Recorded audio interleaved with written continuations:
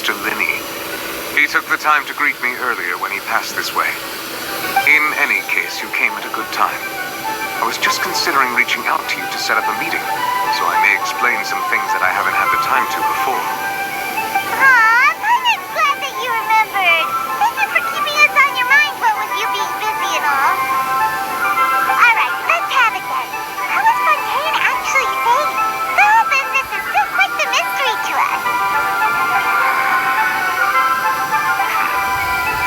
It is strange how words can often leave a bitter taste in the mouth when it finally comes time to say them out loud.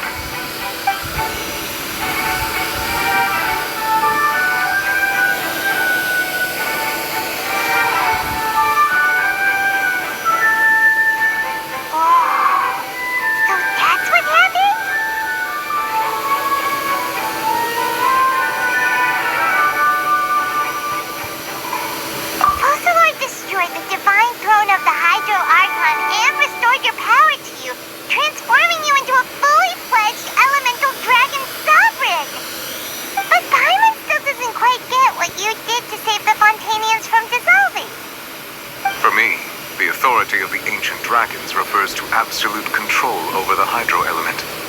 Fontanians were incomplete humans born of Egeria's use of the power of the primordial sea, with constitutions similar to that of mimics.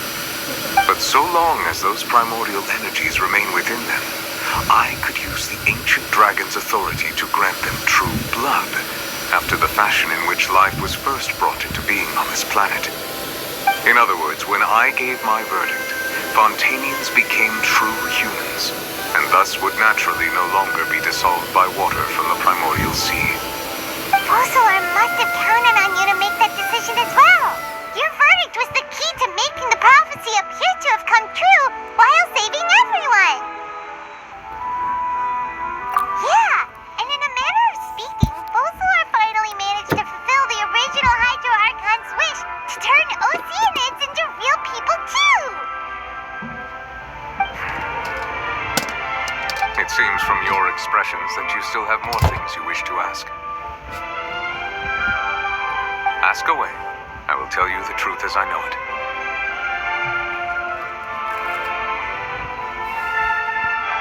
I have investigated his case along many avenues, and I have learned that he once fell into an unknown chasm when he was young. There, by chance, he awakened the all-devouring narwhal. But whether it be by sentiment or reason, that should not have been enough to consider him the root cause of the disaster. At most, he would have had tangential liability. As for the judgment passed by the Oratrice during the trial, whether it was due to that liability by association, or Focalor deliberately using him to buy time for us on the assumption that he would be able to hold the creature off, I cannot say. Guess Focalor had Fontanians in mind the whole time. In the end, it was thanks to her that they finally became real humans. Hang on a second. Paimon suddenly got another question. Back when Fontanians hadn't yet become real humans, were the children they had also transformed Oceanids? Life has always flowed like water. Do you recall how Fontanians would often come to the Fountain of Lucine to pray for children? Yeah, Lynette said the fountain is where all the waters in Fontaine converge. In truth, even those couples did not know that such prayers were no mere custom, but instead a form of ritual. Those Oceanids who were blessed within the spring water would later descend as new humans in the coming months. Paimon sorta gets it now. Either way, it seems like this ritual won't be of any further use, but it'll probably live on as a local custom. Ask away. I will tell you the truth as I know it. Yeah, about that. Wriothesley said Furina has already left. What's that all about? Ah, Lady Furina. The people are only aware that her death sentence has not been carried out. She abdicated the post of Hydro Archon and left affairs related to that title to me, before leaving the Opera House. I related Focalor's words to her faithfully and completely. After hearing them, she seemed neither saddened nor comforted. She simply said that she was tired and needed to rest. Having said that, she then packed her things and moved out of the Opera House, not unlike how an ordinary person might. But she's still got a place to stay, right? You need not worry. I will make arrangements to ensure that she will not want for food, clothing, board, or travel. In truth, I am somewhat happy for her. The wear and tear on her spirit will, of course, take time to heal.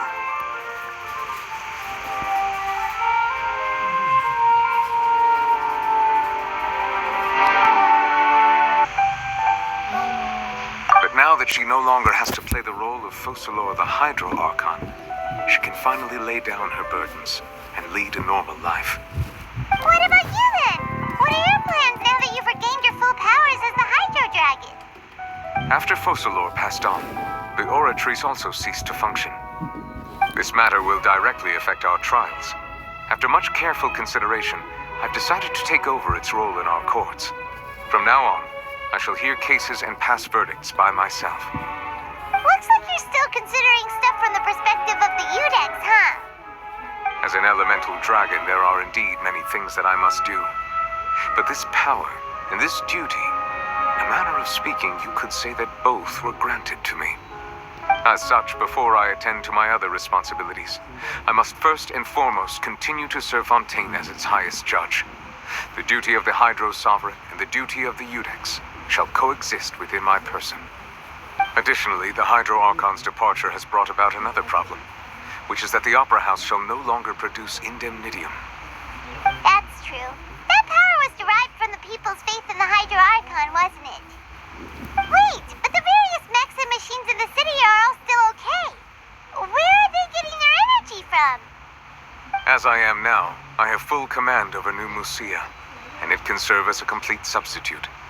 Another reason why I cannot quite leave Fontaine immediately. Wow. This ancient dragon's authority stuff is really quite useful, huh? Ask away. I will tell you the truth as I know it.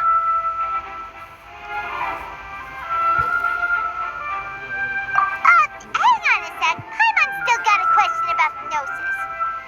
When we spoke to Lenny earlier, he mentioned that your attitude towards giving away the Gnosis had clearly changed. We guessed that there might be some reason for it that only you were aware of. No wonder the House of the Hearth is the Fatui's intelligence division. They are certainly sharp. So regarding this specific issue, I was just getting ready to share something with you. What is it? In truth, I exchanged some further words with that lady named Skirk after sending you two back to the surface. It went something like this.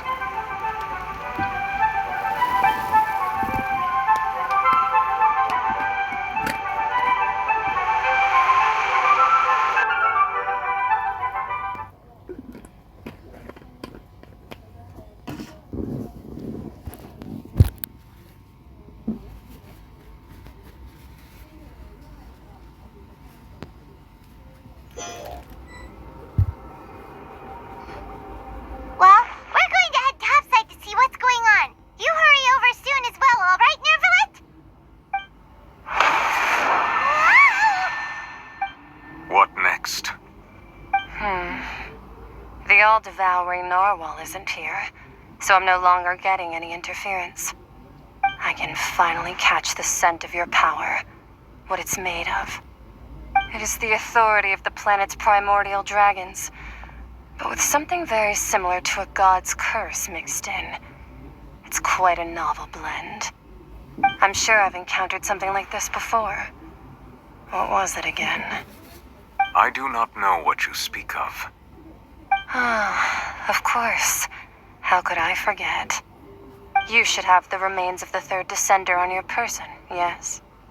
Remains? I've never heard of any such thing. Huh. According to your parlance, I believe it may be called a gnosis. Well, that much is true. After Focalors' divinity faded, she handed her gnosis to me. But I fear I have never heard of it described in the manner that you just did. I've been training with my master, the Foul, ever since I was young, and I have never returned to the surface since. So most of the information I possess, I got from him. It is only natural for those who are greater than humanity to possess a different sort of common sense, which is why there are so many problems in our attempts to communicate with humans. Regardless, you should probably get rid of objects of misfortune, to prevent any disasters from befalling you. To live in itself is a blessing. But once a person dies, the bonds he once had with this world shall all turn to curses. What do you mean by that? No need to fret. These are just my personal thoughts. And my reason for no longer wishing to return to the surface. This third descender you refer to, who are they? And when did they die? Master never mentioned them to me. Perhaps it just wasn't that important for me to know.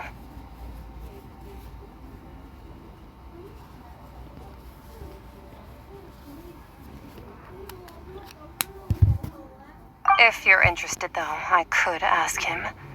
I'll be sure to pass the answer on to you next time. Next time? You believe we will meet again? I do. Wait. I have a disciple of my own, don't I? He can be the messenger then.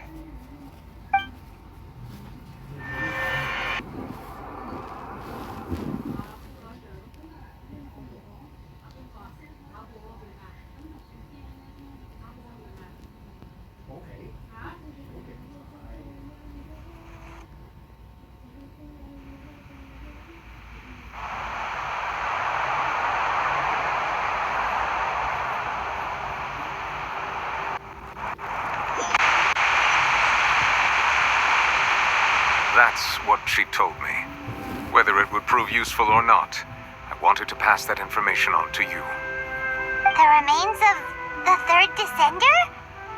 So that's what the Gnosis actually are.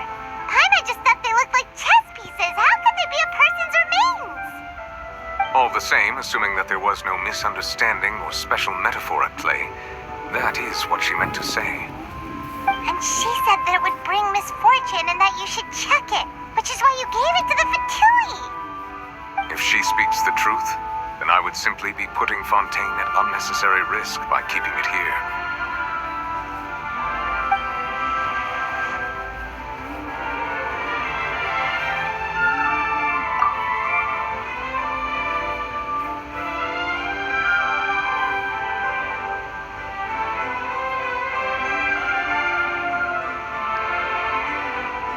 I guessed that you might already be familiar with his concept, but I did not expect you to be one of them.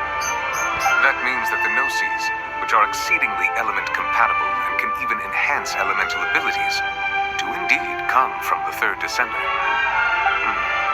I wonder, does your body also possess similar properties?